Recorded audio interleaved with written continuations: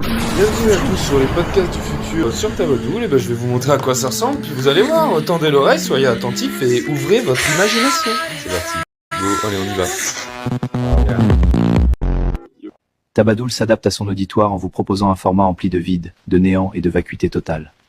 On va rien vous expliquer, rien vous apprendre, parce que même le vide se fout de votre gueule. 1h du mat. Allez, vas-y, parle, dis-moi.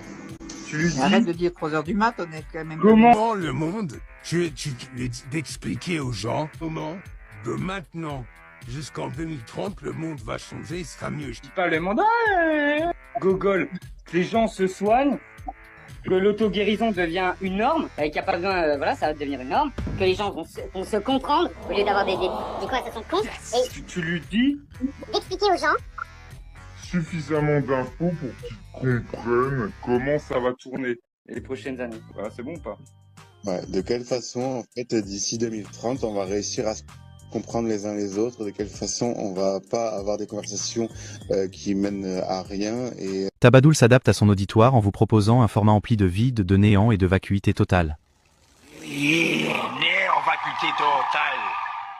de quelle façon on va pas avoir des conversations qui mènent à rien et de quelle façon Et l'être qu'on va- humain à s'améliorer et à améliorer sa propre santé mentale et physique.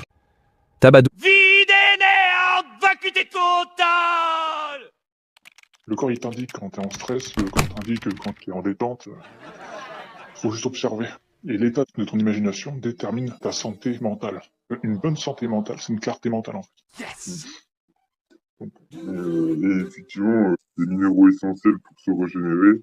Donc, le mental, l'émotionnel, trier les informations et à agir détendu.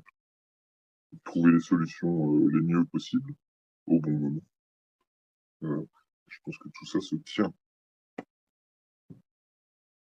Ça, c'est quand même fou que quand t'as une toxicité quelque part, peu importe, hein, et ben t'as des minéraux très précis qui vont se ruer dessus. Enfin, c'est les premiers ils font tellement de choses qu'ils vont sauter littéralement sur l'agresseur. C'est vraiment des têtes brûlées.